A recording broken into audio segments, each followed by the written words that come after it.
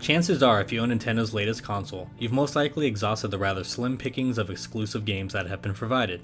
Outside of 2 Nintendo offerings and the survival first-person shooter Zombie U, gamers looking for a fresh experience have been left a tad high and dry.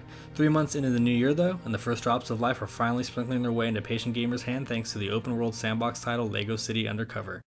The story to Lego City Undercover opens with the return of Chase McQueen to none other than Lego City. As Chase, you're a cop with a past that needs salvaging and a love life that could use a little restoration as well. Upon arrival, you're immediately thrown into...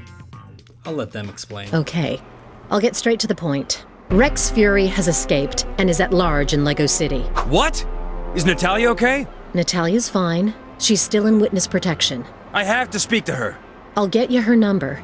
But if you really want to protect Natalia, find Rex Fury and bring him to justice. Again. Chase, this city is in the grip of a crime wave. Really? Yes, look! Hey! And I'm certain Rex Fury is behind it. You're the only person I trust to stop him, Chase. Get to the station and get me Rex Fury. And that's pretty much it for depth, aside from a few predictable twists. In the past, developer Traveler's Tales have painted much of their own successes on the stories and worlds of others. Batman, Lord of the Rings, Star Wars, and Harry Potter. And while the overall scope of Undercover narrative falls on the simplistic side, it more than makes up for it by borrowing a page from practically every buddy cop and action film from the last 2 decades. Oh, and the banner from your pseudo-sidekick Honey provides more than a few chuckles from time to time. Chase! My horse is stuck in reverse!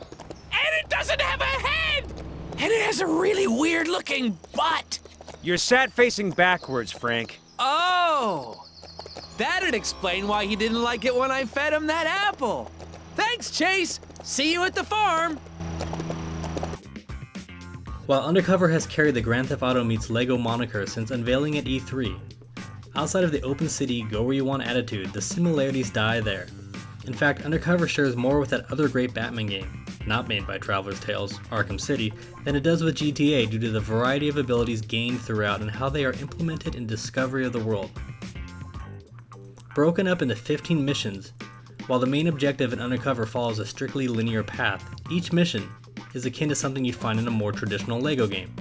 They last around 30 to 60 minutes and are as fun as you'd expect.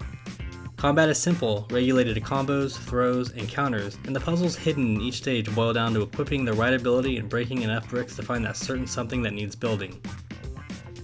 It's a little bit of a letdown that Traveler's Tales didn't deviate too far from their past with the implementation of the design in each mission. They've beautifully recreated a San Francisco-esque Lego-fied city, but when you aren't busy exploring the locales from the secluded forest to the relaxing boardwalk beaches, you are stuck in the confines of pretty straightforward missions.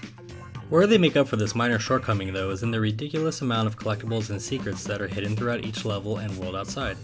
As you make your way through each mission, you unlock 7 different costumes that are used in your undercover shenanigans and grant you new skills.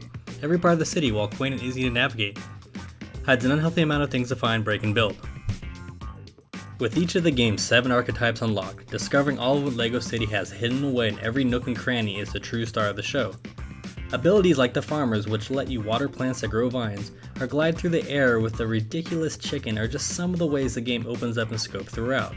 Mostly the collectibles boil down to new costumes and vehicles, or the ever-useful superblock which is used in constructing some unbuilt landscapes, which just in turn grant even more character skins and vehicles and by no means affect the difficulty of the endgame. There is still an inherent joy being able to set loose on the city every time a new skill opens up. The game does make decent use of the Wii U pad though, serving as a direct communicator and map of the city. There are even a few occasions where you'll have to hold the pad up to scan the environment for bad guys or to listen in on a conversation to catch some criminals. But after the novelty of using the pad directly for the first time wears off, they don't really add enough to make this a game that couldn't be replicated on another platform. Furthermore, where Undercover struggles is in providing enough fresh objectives outside of the game's 15 missions, which too are all basically the same aside from the new location. When you're not looking for secret items, you may be off stealing a car or catching aliens or breaking up a gang, as there are multiple side missions to do. But over time they all start to feel the same, especially since Chase's costume abilities are contextualized to certain items and are not used in enhancing any of the side missions.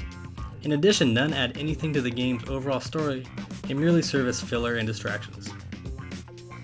Be that as it may, Lego City Undercover is truly an OCD collector's dream come true.